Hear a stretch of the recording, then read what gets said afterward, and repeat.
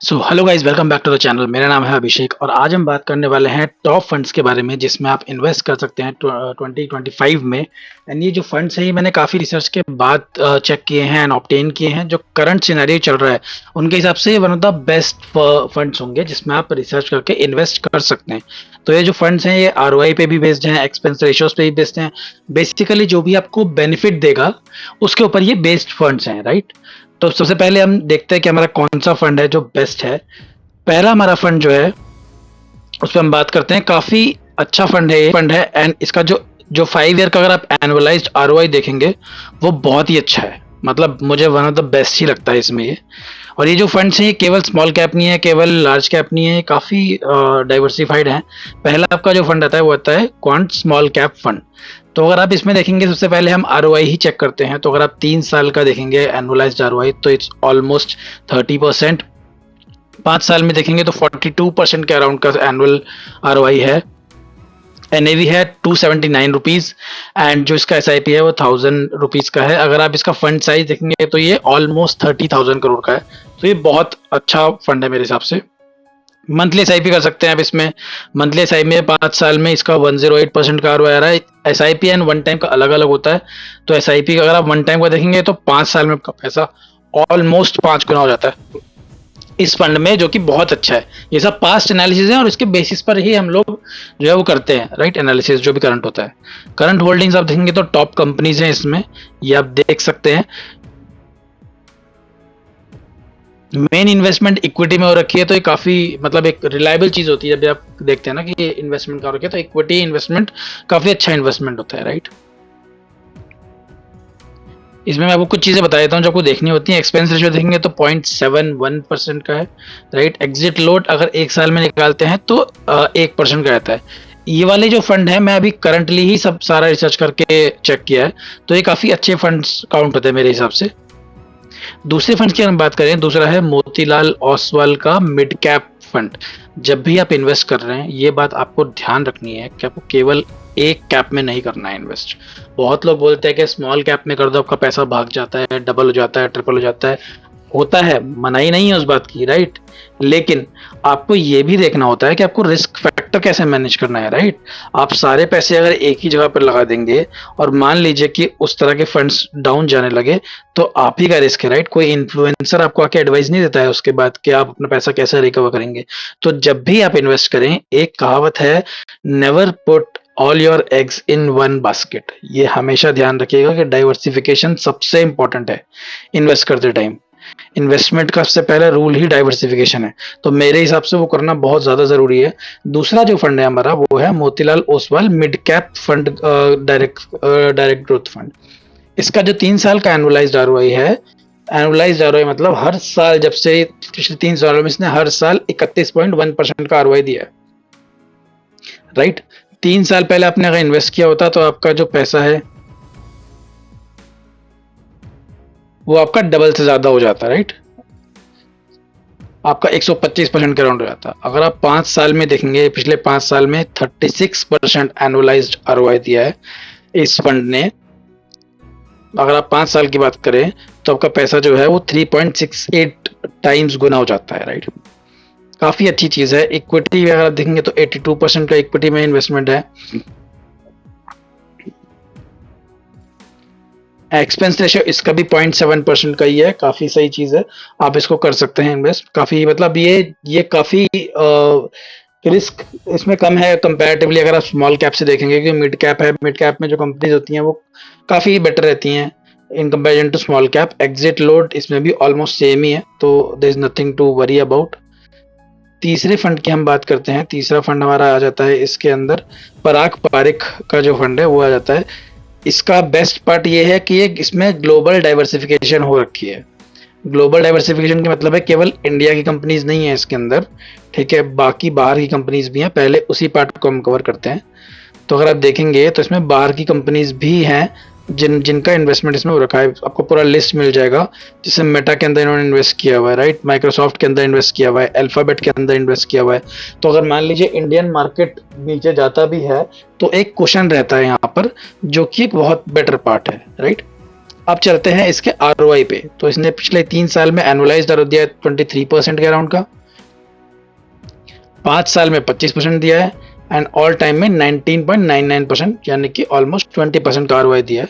तो काफी अच्छा ऑप्शन रहता है ये। जैसे ही आपको दिखे कि आपका जो एनुअलाइज्ड आरओआई 15% से ज्यादा है 5 साल में या ऑल टाइम में, ग्रेट, कोई प्रॉब्लम नहीं उसमें, ठीक है।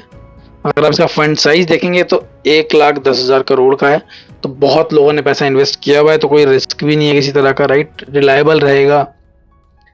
वन टाइम अगर आप देखेंगे तो अगर आपने वन टाइम इन्वेस्ट किया होता 5 साल पहले, तो आपका पैसा जो है वो 3 गुना से ज्यादा हो गया होता, राइट। 5 साल में 3 गुना से ज्यादा पैसा हो गया होता, बहुत ही बड़ी चीज होती है वो, ठीक है। इसके बाद अगर आप देखते हैं इसमें अपना जो मेन चीज हम चेक करते हैं, एक्सपेंस रेशियो इसमें बाकी फंड से भी कम है, तो 0.63% का एक्सपेंस रेशियो है, काफी बेटर है। एग्जिट लोड अगर इसमें देखेंगे तो for unit above 10% of the investment, exit load is 2% with in 365 days, ठीक है। तो मान लीजिए आपने इसमें 10,000 रुपए इन्वेस्ट किए हैं और आप 1,000 रुपए से ऊपर निकालना चाह रहे हैं, तो इसमें 2% का रखता है अपना जो एग्जिट लोड होता है, राइट। अगर 1 साल से ज्यादा अगर होता है तो 1% रहता है, राइट। So that's great. आपको जब इतना रिटर्न मिल रहा होता है ना, तो आप इतना ज्यादा मतलब फर्क नहीं पड़ेगा उस पर, पड़ता है, मैं ये नहीं बोल रहा हूँ कि नहीं पड़ता, बट के लेकिन जो आपका आपका जो आरओआई आपको मिलता है वो कंपैरिजन में रिटर्न काफी ज्यादा होता है, तो इतना ज्यादा नहीं फर्क आपको पड़ता है उस चीज का। नेक्स्ट फंड की अगर हम बात करें, ये मैंने रखा है लार्ज कैप फंड, जिससे कि रिस्क थोड़ा कम हो और ज्यादा। इसमें आप देखेंगे तो ये स्टेबल लार्ज कैप फंड है, ठीक है। इसमें आपको मतलब इसमें तो बिल्कुल भी एक्चुअली क्या होता है कि आप जब small cap and mid cap में इन्वेस्ट करते हैं, तो आपको हमेशा ये देखना होता है, ठीक है, कि आप क्वेश्चन कहाँ से आपको मिल पाएगा, राइट। वो एक बहुत ज्यादा जरूरी चीज है। एक मिनट रुकिए, एक्सिस ब्लू चिप नाम है इस फंड का, एक्सिस लार्ज कैप के नाम से भी आता है ये। तो एक्सिस का जो आपका ये लार्ज कैप फंड है, 3 साल में इसने 14.25% का आरओआई दिया है एनुअलाइज्ड, 5 साल में 15.93 का दिया है, एंड ऑल टाइम में 14.77 का दिया है। इसमें कंपैरेटिवली कम है, ठीक है, आपका जो रिटर्न है, लेकिन ये लार्ज कैप है, ये भी आपको समझना पड़ेगा। फंड साइज 34,000 CR का है। 5 साल पहले अगर आपने इसमें इन्वेस्ट किया होता तो ऑलमोस्ट डबल हो गया होता। ये फंड्स वो फंड्स होते हैं जिनमें रिस्क जो है वो हमारा कम रहता है, राइट। इसमें लार्ज कैप में रिस्क हमेशा कम रहता है, तो इसलिए एक आपका सेफर साइड रहता है कि जब आपका स्मॉल कैप और आपका मिड कैप नीचे जाता है, राइट, तो ये उस टाइम पे आपके बहुत काम आते हैं ये वाले फंड्स। अगर आप इसमें चेक करें, एक मिनट रुकिएगा,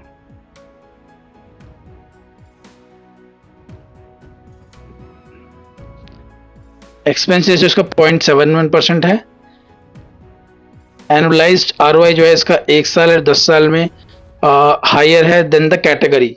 एंड जो इसका कॉन्स है वो अपना बाकी जो कैटेगरीज है उसमें 3 और 5 साल से कम है, जो पता ही है कि लार्ज कैप है तो ये लोग वैसे भी एग्रेसिव नहीं होते हैं, राइट। तो उस तरह से ये रहता है। मैंने अभी आपको बता दिए हैं तीनों तरह के fund, small cap, mid cap and large cap. अब मैं आपको बताने वाला हूं एक balanced firm, right, balanced fund. ये आपका dynamic equity based balanced fund है, जो कि रिलेटिवली आपका जो वॉलेटिलिटी होती है वो कम रहती है, मतलब ज्यादा ऊपर नीचे, बहुत ज्यादा ऊपर नीचे नहीं होता है। ऊपर नीचे सारे ही होते हैं लेकिन बहुत ज्यादा नहीं होता है, बस ही रहता है। तो आपका ये बैलेंस एडवांटेज जो फंड है, 3 साल में इसका 21.52% का आरओआई है। 5 साल में देखेंगे तो 25% के अराउंड का आरओआई है एनुअली, एंड ऑल टाइम पे देखेंगे तो 15.72% का आरओआई है, राइट। 5 साल पहले अगर हमने इन्वेस्ट किया तो 20,000 रुपए, तो आपका ऑलमोस्ट 3 गुना हो चुका होता, राइट। मेन सेक्टर जो है इसमें इन्वेस्टमेंट वो इक्विटी है, फिर डेट है, एंड कैश है, एंड रियल एस्टेट है। मेनली इक्विटी है, जैसे बाकी अच्छे फंड्स में होता है। एक्सपेंस रेशियो आपका इसका 0.74% के अराउंड है। एग्जिट लोड अगर आप देखेंगे तो unit load of the exit load of the units excess to 15% of the investment. तो मान लीजिए लाख रुपए अगर आपने इन्वेस्ट करें तो 15,000 रुपए का अगर आपका इन्वेस्टमेंट है तो 1% will be charge on the redemption with in 1 year. तो 1 साल के अंदर, मोटा मोटा ये बात है कि अगर मान लीजिए आपने 1 लाख रुपए इन्वेस्ट किए हैं और आप 15% से ज़्यादा निकाल रहे हैं, ठीक है? तो जो आप अमाउंट निकाल रहे हैं 15% से ज़्यादा, उस पे आपका 1% लगता है अगर आप 1 साल के अंदर निकालते हैं। 1 साल से ज़्यादा निकालते हैं then nothing is better than that. तो मेरे हिसाब से सबसे बढ़िया बात ये होती है कि आप जब इन्वेस्ट करें तो आप 3 साल तो एटलीस्ट करें ही करें। अगर आप 3 साल इन्वेस्ट नहीं कर रहे हैं तो आपको अपना ज़ीरो रिटर्न मान के चलिए, बिकॉज़ मेरे हिसाब से ये आपका जो रिटर्न है ना, ये 5 साल एटलीस्ट तो आपको इन्वेस्ट करना ही चाहिए, तभी जाके आपको थोड़ा बहुत बेनिफिट देखने के लिए मिलेगा। बाकी आपको जो इन्वेस्टमेंट करनी चाहिए वो तो लॉन्ग टर्म के लिए करनी चाहिए, 10 से 15 साल 20 साल के लिए करनी चाहिए। तो वो एक बहुत बेटर पार्ट है। ये थे सारे जो फंड्स थे। अगर आपको ये वीडियो पसंद आई, आपको अगर मेरे रिकमेंडेशंस अच्छे लगे हों, आप अपनी रिसर्च भी करें। अगर आपको सारे रिकमेंडेशन अच्छे लगे हों, वीडियो अच्छा लगा हो, तो प्लीज़ वीडियो को लाइक ज़रूर करना, चैनल को सब्सक्राइब ज़रूर करना। मुझे मोटिवेशन बहुत मिलता है आप लोग की हेल्प से। Thank you so much and please channel पे बने रहिए।